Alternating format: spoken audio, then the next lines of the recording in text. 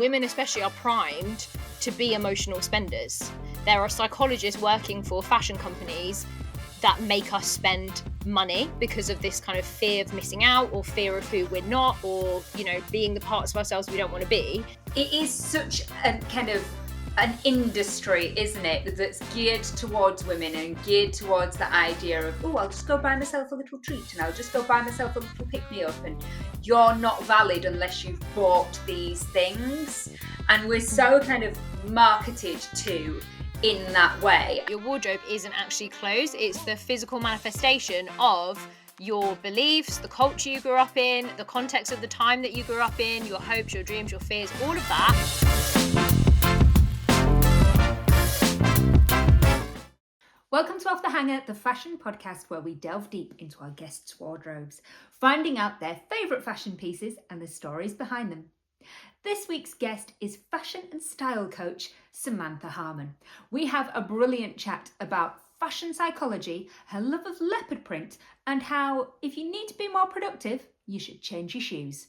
I hope you enjoy this episode. Samantha, thank you so much for being part of Off the Hanger. It is lovely to chat with you this morning. I'm very excited to have a good rummage through your wardrobe. Oh, yes, me too. We're turning the tables. Usually it's me rummaging through people's wardrobes. Exactly, because you work as a style coach, so I imagine actually having a good rummage through people's wardrobes is something you get to do quite often. Well, I always say that your wardrobe isn't actually clothes, it's the physical manifestation of your beliefs, the culture you grew up in, the context of the time that you grew up in, your hopes, your dreams, your fears, all of that, essentially in a box, like in your room, where your mind is at its most vulnerable, because generally it's in your bedroom, right? So you're asleep and there's all this energy. So opening the doors of someone's wardrobe is really interesting, because actually what you're doing is getting insight into them as a human, and that's fascinating to me. And I think there's definitely things that we all have lurking in our wardrobes that we'd be mortified if somebody else saw, but we don't get rid of them. They're still just in there. And then maybe that is where that whole idea of kind of coming out of the closet and that idea comes from, is that that's where we hide our secrets. So true. Yeah, I'm in fashion psychology. There are three parts of the wardrobe, and it's like the not self, so the things that you don't want to be, who you are most of the time, and then your ideal self. And that is generally what we find in wardrobes, is that people have a lot of stuff for their not self, who they are most of the time, and then they have this idealized version of themselves who, you know, is going to yacht parties or whatever else they dream of doing when they get seasick. It's like, Susan, why are we keeping this dress for a yacht party when you don't live anywhere near the sea and you hate boats? In my mind, I clearly live on some sort of red carpet, and I must go to red carpet premieres all the time, because there is an extensive amount of those type of things in my wardrobe where I just go, oh, but one day I'll wear this and this will be great. I really need to stop doing it. You should just see like the pavement as the red carpet. Just be like main Exactly. character energy. Why Exactly. not? Exactly. If you see me swanning around in Tesco's wearing a gown, then it's blame Samantha. This is why. Did you always love fashion? Did you love fashion as a child? Do you know what I did? However, I thought it wasn't for me, because I grew up in a world, as so many women do, where we're told that we aren't good enough, right? And from a very young age, from the age of about 4, I was told that my body was quote unquote wrong. It was the era of nothing tastes as good as skinny feels, very kind of calorie counting, heavy, diet coke diet, obsessive about weight, and my body did not fit into the ideal. And so for a large proportion of my life, I hated myself, which is awful. Hated myself, didn't actually not think about what I looked like and how hideous I was, probably for 1 minute of a day. It was exhausting, always thinking about food, always feeling guilty. And then as a result of that, it was like clothing or style or fashion isn't for you, Yeah. because you don't look, you know, how you are supposed to. And then because I did love fashion, I coveted, you know, big magazines, and I thought, if I can just get there, then somehow I'll be worthwhile. And I got there, I was like working, doing internships and other stuff in magazines, and I realized, wait a minute, these are just vehicles of insecurity, and everyone here is pretty much just as insecure as I am. It was fascinating, the psychology of it, huge. So yeah, I did love style and fashion, and I've always had an innate ability to put outfits together, which again, we're told isn't a skill, even though it is. But I was also told, no, that's not for you. So I sort of hid it away. That's such a shame. I think I really hope moving forward, now knowing the things that we know and knowing that actually sin isn't the most important thing that you can be, that future generations don't have to go through that, that they can recognize really early on that actually there is a place in kind of not necessarily fashion, I don't think, but more style and getting dressed and feeling good about yourself. That's for everyone. And your taste doesn't have to be the same as somebody else's. And your body size and shape doesn't have to be the same as everybody else's. That we can all be these really unique individuals and that that's okay and that it's all right and that it's actually for everybody. It's not something that is just reserved for the rich, famous, and thin. 100%. I'm so on board with that. I think sometimes the reason it actually feels quite hard for our generation of women is because we are the first generation of women doing this, and not just in terms of style and how we look, but also even financially. Right, our grandmothers' mothers couldn't get access to finances to start their own businesses. They couldn't get a mortgage without the cosign of a male relative. So the reason it does feel hard is because, in the grand context of time, all of this is really new. So of course it's going to feel like you're pushing up against edges, and of course you're going to be met a little bit with misogyny because the patriarchy doesn't want women who feel really empowered in what they wear, regardless of the size or shape or age of their body. Yeah, it's sad. I hope it's something that we can definitely work towards better and bigger things and more inclusive things. But was there a memory from your childhood, maybe a fashion piece that you always just loved and that you always adored and felt good in? The first time I think was when I was about 4 and I dressed up as the Little Mermaid for, a fancy dress competition, and my mum actually made me a tail, and it had fins and everything, and I had, like, a bandana top, but it kept falling down. I was like, "Oop," but I felt like main character energy, loved it. That, and then also my dad, because he we didn't have much money, but he worked really, really hard, and at Christmas, he went to, like, Debenhams, and he bought me and my sister these velvet dresses, and I remember being in the mirror looking at myself in this velvet dress, thinking, "Who is she? I feel incredible." I love that.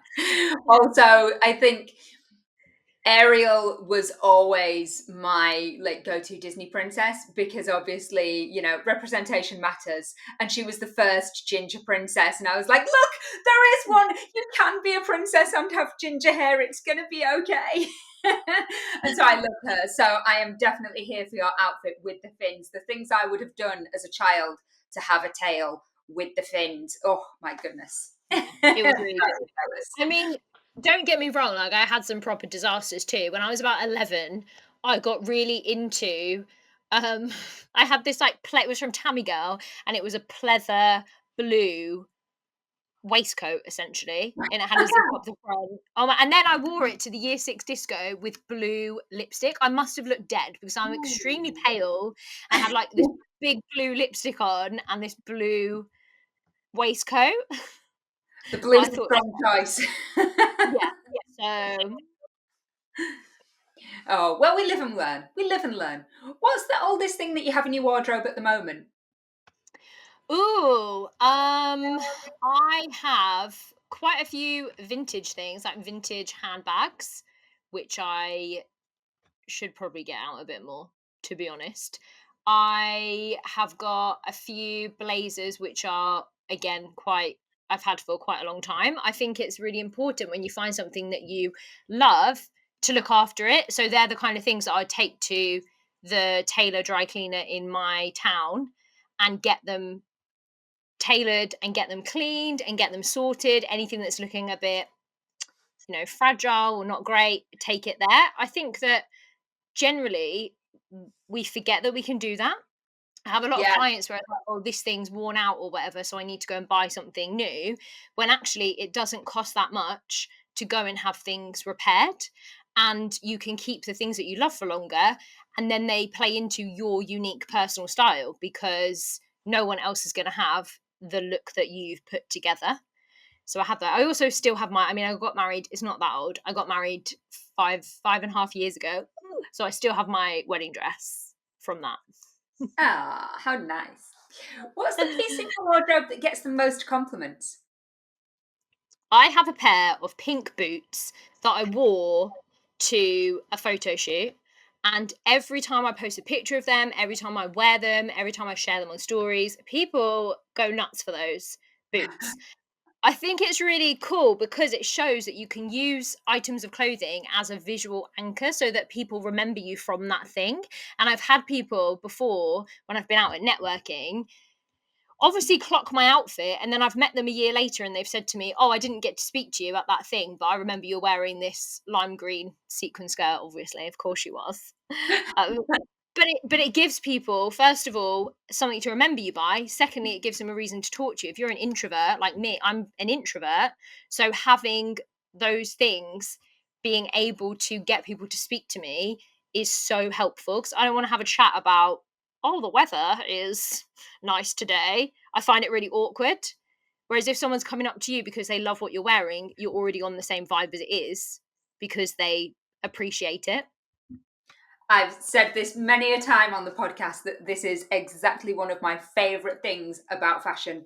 Also, a fellow introvert in certain circumstances, and I will dress so that people will talk to me because then they're on my plane, they're on my terms, they're in my kind of safe space of a subject that I can talk about until the end of time.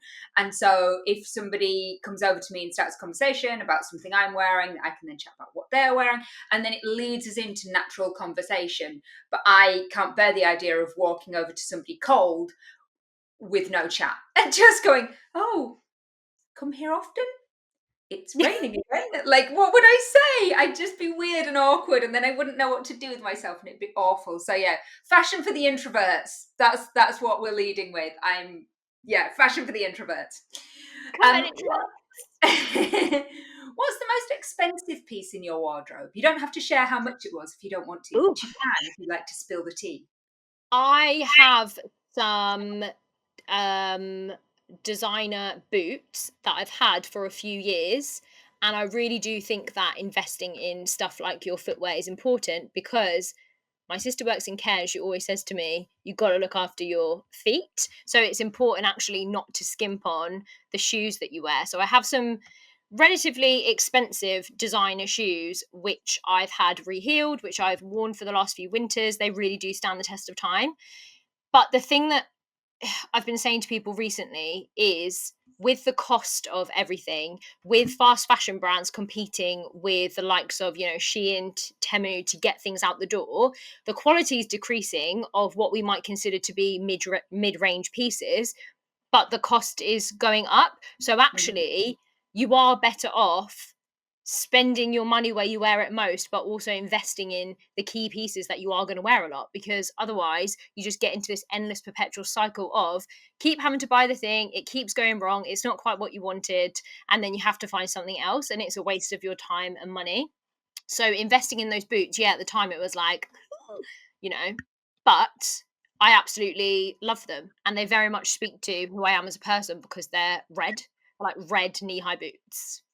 I mean, could you Amazing. get more main character?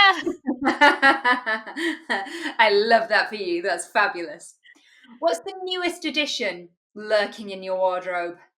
Oh, you know what? I'm actually wearing it. It's this blazer, which is it has a little pin on it, which I've added, which says, "Carry yourself with the confidence of a mediocre white man," which, here's that.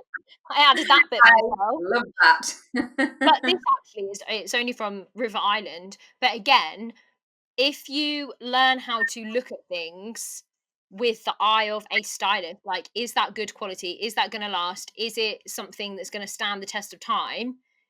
it doesn't, you don't have to spend loads of money on a piece of clothing. That's not what stylists are saying, which I sometimes think people think, oh, but if I work with a stylist, they're going to make me spend thousands of pounds on new things.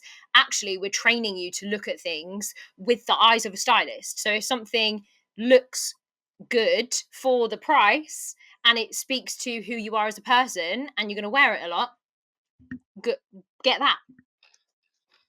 I agree. I agree completely. I have, as soon as she started saying that, I have a particular dress that popped into my mind. I bought it in Primark. It was £13. It's not usually, the biggest place that I would shop. It's not somewhere I would think, oh, I'm going to get that for longevity, for quality. But the cut of this dress is brilliant on my frame and on my body. And every time I wear this particular dress, it gets lots of compliments. It's washed really well, it's worn really well, and I've had it for years and years and years. And I think that is a really key thing. Stylists aren't, when you work with a personal stylist, they're not always going to say to you, oh, you've got to spend thousands of pounds. You've got to only buy from these brands, or you've only got to buy from this kind of, area of fashion. It is about having that diversity in your wardrobe. Yes, there are going to be some pieces that you've spent a lot more money on, but then there are going to be some other pieces that you didn't spend as much money on, but you looked for the quality and something that was going to just last and the longevity of a piece. And so it's worth having that cross section, because my budget doesn't allow for only expensive pieces, unfortunately. One day, we're One day, manifesting. One maybe. day. But it makes your style even more interesting. If you are able to mix and match, that high-low thing that Sarah Jessica Parker, Carrie Bradshaw did so well in the 90s and the early episodes of Sex and the City, that gives you a real sense of personal style, because it's not personal style to walk into a designer store and dress head to toe in whatever that designer's put out for that season. Personal style is taking elements from high, low, vintage, thrift, wherever, putting them together in a look that is totally unique to you. Exactly, exactly. It's about having that eclectic kind of mix of pieces. Now, are you quite sentimental about anything in your wardrobe? What would you say is the most sentimental piece? I am actually. Mine would be jewelry. I have a ring that was my nan's, but I also have a blazer. It wasn't my nan's, but I actually found it shortly after she died, and it was in a charity shop. It's like a really old vintage blazer, but I looked at it and I was like, that's exactly what my nan, she used to wear blazers like that. She didn't have a lot of money, but she was the most glamorous person I've ever met. If you went to her house and she wasn't like done up, she'd be like, "Hang on." Well, also because she was smoking and my mum didn't like her smoking, so we'd see her through the door. See my mum walk up the road and be like, "Oh my god." And then like quickly sort everything out, but she even up to like being 80, she was it always in her big sunglasses, always got her blazer on, always got her hair perfectly coiffed. That to me, she was very old school glamour. Yeah. And when I put that blazer on, I really channel Audrey. I just channel her. I love that. That's so good. And I love it when you see kind of older ladies who are like that, who have not decided to fade into being invisible. They're like, no, no, no, I'm still going to be very visible. You're going to see me in my fabulous blazer, my bright lipstick, my big sunglasses. And because by that point, we really shouldn't give a damn what other people think. Like, by that point, I'm going to be wearing my maddest stuff all of the time, because I'm just going to be like, well, I don't give a monkey's what you lot think. Right. Think about how much knowledge and experience and just life energy you have as you get older. And it's the biggest lie and horrible thing that we make women feel invisible as they age, when actually there is so much to celebrate about older women. They don't take any like drama. They know what they want. They are knowledgeable and intelligent and just incredible. And yet we for a very long time have been like, no, no, we don't want to see that. Then we sell them anti-aging cream fronted by a teenager. Yeah, It's mind-blowing to me. yeah, absolutely madness. What is the piece you would say most sums you up? Is it red or is it animal print? Because I feel when I Oh, think of she's you, got me. it's definitely one of those things. She's got me. I am gonna say, I do love. I've always loved red from being a kid. I loved red, but it was a color that very much for a long time I actually avoided because to me it's very powerful, and I didn't have that sense of personal power. And it was almost like a woman with personal power is dangerous. But leopard print, I'm gonna say I love it because I've always loved it. When I was about 15, I asked for a leopard print faux fur coat for Christmas. I was like walking around the council estate in the trying to be like old school Hollywood glamour, and people would say, "Oh, that's you're ridiculous." But now leopard print's a thing. I kind of feel Yeah. a bit annoyed about it because everyone's wearing leopard print, and I'm like, "Where were you when I was being called Pat Butcher?" Where were you? There definitely was that, wasn't there? It was like it was old school kind of glamour for a long time. And then we got Pat Butcher, and it was definitely the era of Pat Butcher. And if you were in any sort of leopard print, that's who everybody assumed you were, or like who was your style icon. And I'm here for her being a style icon. That beehive, oh, that must have took some doing. The Um, earrings. the Come on. earrings, the leopard, what a woman. What a woman. I think the styling team with her must have had the most fun. Like the wardrobe, every time they found something that was really full on leopard and they brought it in, and she was just like, yep, great, let's put it on. But I think now you're right. Leopard has definitely had that resurgence again, where it is suddenly like, oh, it's very cool to be in leopard. But I think you are a lifelong leopard lover, and I am very much here for it. It is the epitome of you. I love Now, that you know that. That's yeah. yeah, exactly. We met, well, the first time we met was, I think, 2019, wasn't it? And I Yeah, I remember guess you then. it was pre the pandemic. It was pre the pandemic, and I remember you then that you came and you were wearing leopard. You and that stuck with me that you were, see, this is why I just knew that it was going to be your answer. There we go. Way back when it wasn't a thing, I was still You were repping the still leopard there. print. You're I still still on. marry leopard print, basically. Now, what is your worst fashion faux pas or wardrobe malfunction? And would you like to share? I think it is when I have tried to stick with things that aren't me. And I Hmm. think for a long time I did that because I didn't feel confident in myself. So I kind of deferred to, well, this is what everyone says that you should wear. So I should wear that. And now I've got really into feeling into if something works for me. But I did go through a phase where, and I've kind of clang, I've got a book coming out next year and I write about this in the book, but I did go through a phase of very emotional spending because I came from not having any money. I massively doubted myself, and I was taught essentially that retail therapy is a thing. So I spent lots of money kind of in the early eras of haul videos trying to fix this deep inner problem. It was like putting a plaster over something that actually needs stitches. So, yeah, I did go through that phase. And I think it's important to talk about that because women, especially, are primed to be emotional spenders. There are psychologists working for fashion companies that make us spend money because of this kind of fear of missing out or fear of who we're not or being the parts of ourselves we don't want to be.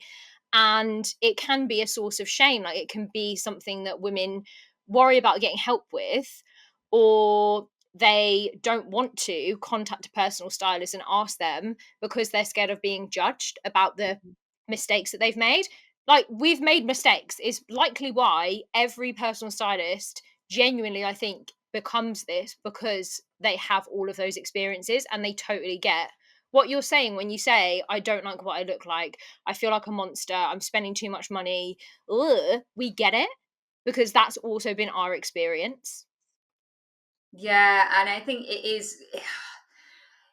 is such a kind of an industry, isn't it, that's geared towards women and geared towards the idea of, oh, I'll just go buy myself a little treat and I'll just go buy myself a little pick me up, and you're not valid unless you've bought these things. And we're so Mhm. kind of marketed to in that way. And I think, but that's why I always say that, like, I love style rather than fashion, because I think fashion is definitely the trends. It's the new thing. It's the next must have. And like I was in TK Maxx the other day, and there were so many pairs of silver jeans. Do you remember about 6 months ago? Everybody must have these silver jeans. And I looked at them and looked at them and I was like, but really, how often am I going to wear these silver jeans? I might wear them once, but or twice. But are they going to be a daily wear? Am I suddenly going to wear these silver jeans all the time? I don't think I am. So I'm not going to get on board with it. And then it's really interesting that now nobody is seen wearing these silver jeans, and TK Maxx is now full of them.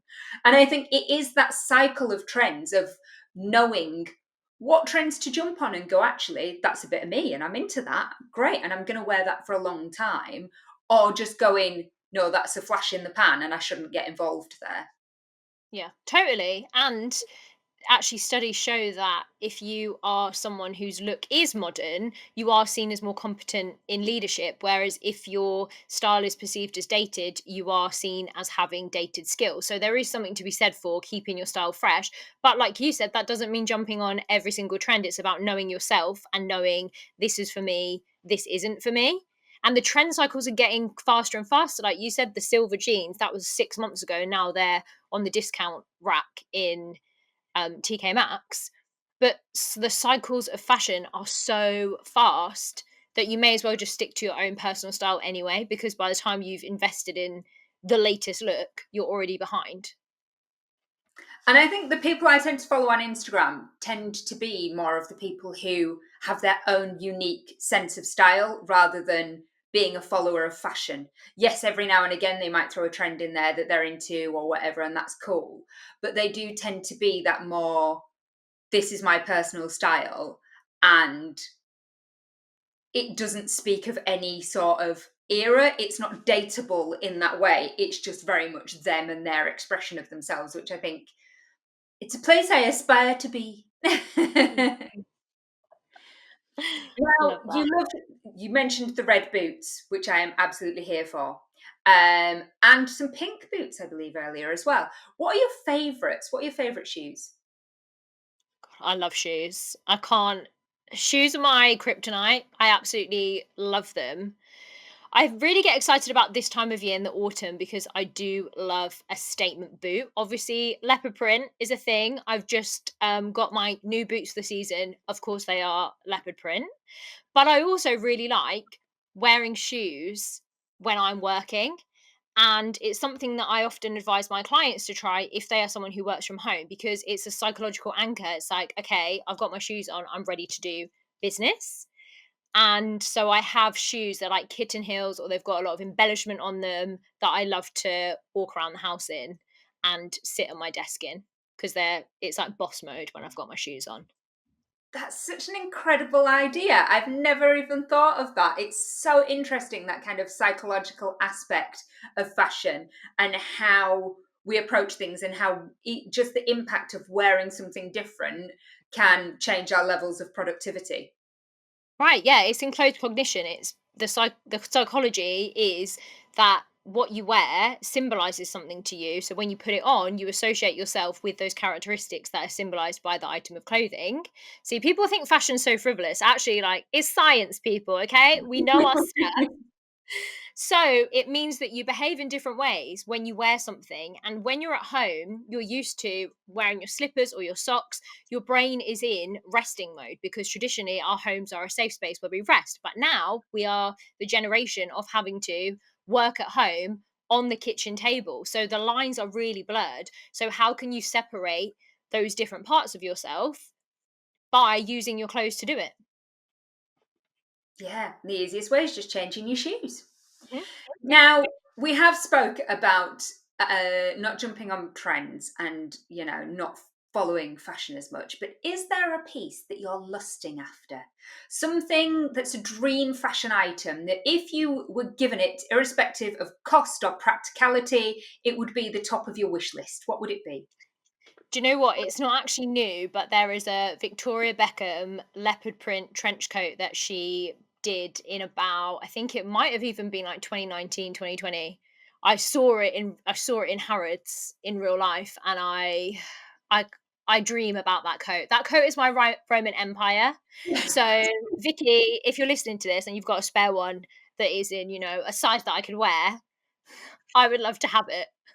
Oh, The other thing that I love and have always kind of really liked is the Dior saddlebag.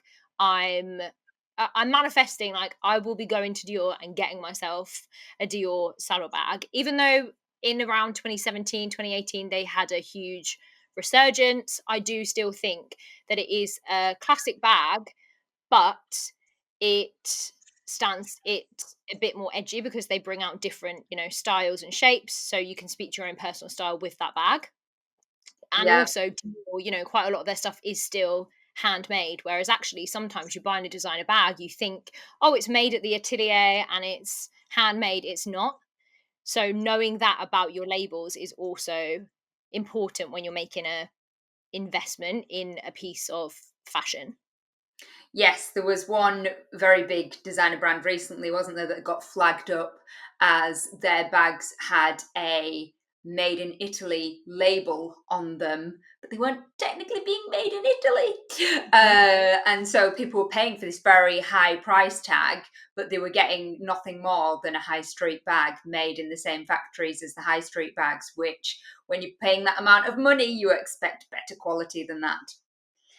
And finally, we've covered so much incredible advice during our little chat, but is there a specific piece of advice that you would have given to your younger self with regards to fashion? Wear the thing. So many women put off wearing the thing because they think it's too much. Oh, I can't. Who am I to wear that? What will so and so say? When you wear the thing and you feel good, you act as a lighthouse. This is what I always say to my clients.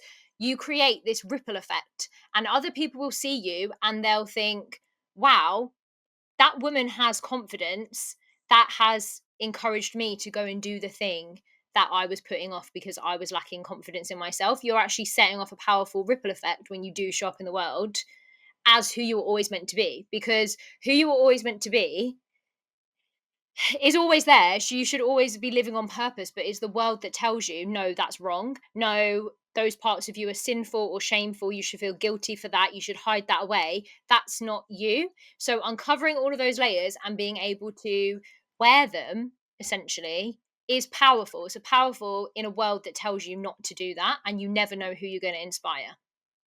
That is incredibly inspiring advice. Thank you so much for being a guest on Off the Hanger. It's been really lovely chatting with you.